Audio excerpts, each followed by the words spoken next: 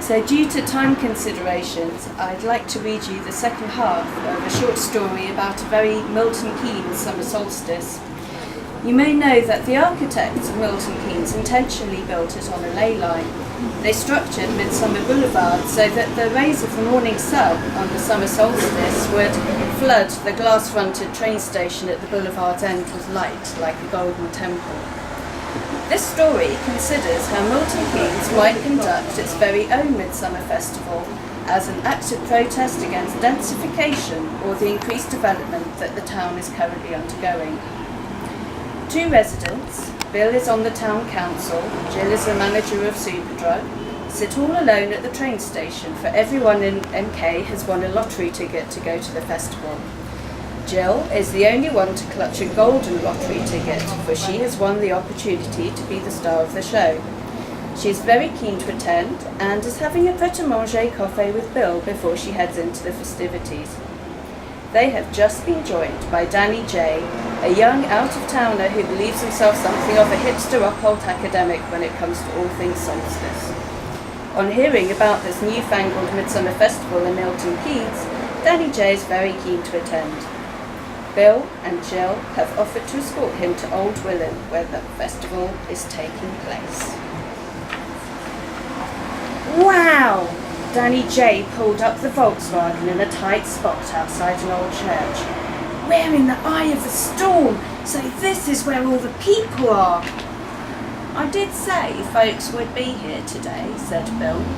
You're very lucky to be here yourself, you know. Privileged. Not many out-of-towners will ever get the chance to see a local festival like this. Town Council doesn't even put it on the tourist information website.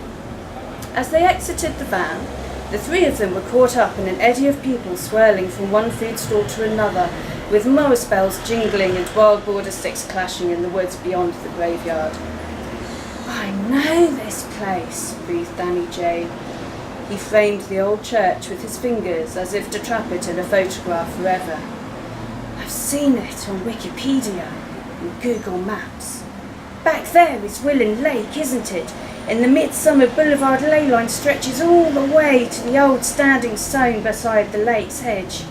We're right in the heart of the magic. My, you really do know your stuff, agreed Bill. Ever seen Wicker Man? Canny lad like you, I bet you've seen Wicker Man. Course I have, scoffed Danny J. More times than I've spoke spliffs, and I take my weeds seriously, mate. I spent last month's rent on hydroponics and back guano. Imagine how I feel about Wicker Man. When Bill failed to respond, Danny J was silent for a moment. Then he pushed his glasses very firmly up his nose. Wait, are you saying you're doing the pagan thing back here in the woods? Full-on burning of effigies, sacrifices, all that? You nailed it, said Bill. Good, isn't it? Danny J nodded furiously. It's fantastic. Much more authentic than Avebury. It's going straight in the book. I mean, sure, the annual Hastings sacrifice of the Jack in the Tree has its moments, but it's also mainstream now. You know what they say. If you can read about it in Time Out, it's over. Danny J perused the crowd of families robed in TK Maxx and slowly nodded his approval. Yeah, this is the real deal. A modern community rejecting smart city technology to live in the richly fermenting beliefs of the past. Is there someone I could interview? Bill wiped his palms on his trousers. We can do a bit better than that.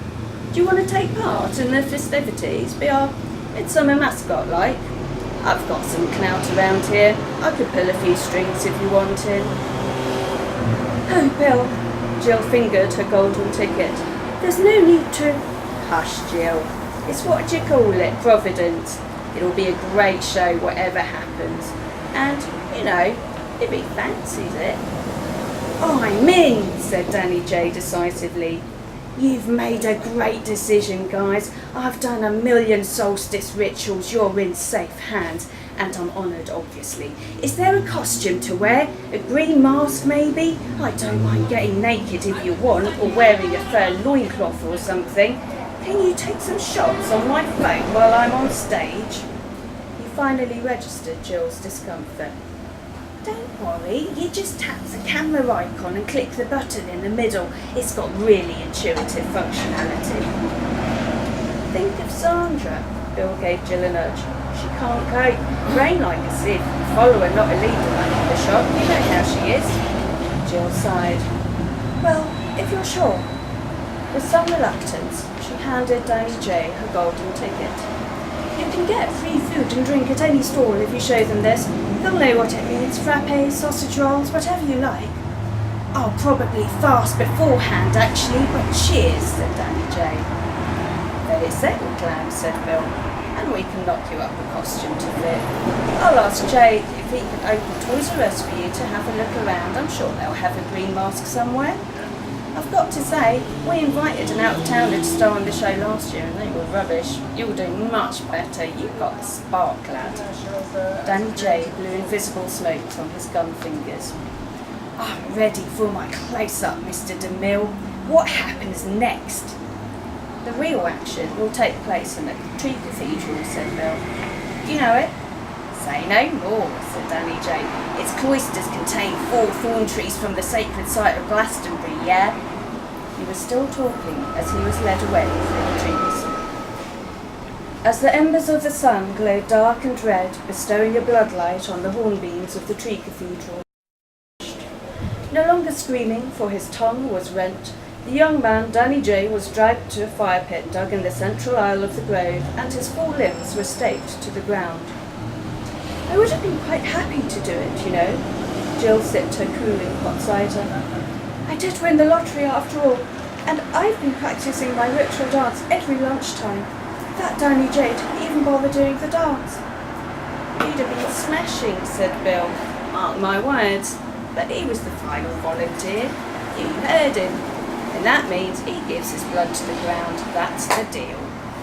Jill tightened the Matalan shrug around her shoulders against an evening chill. I do hope the spirits like him.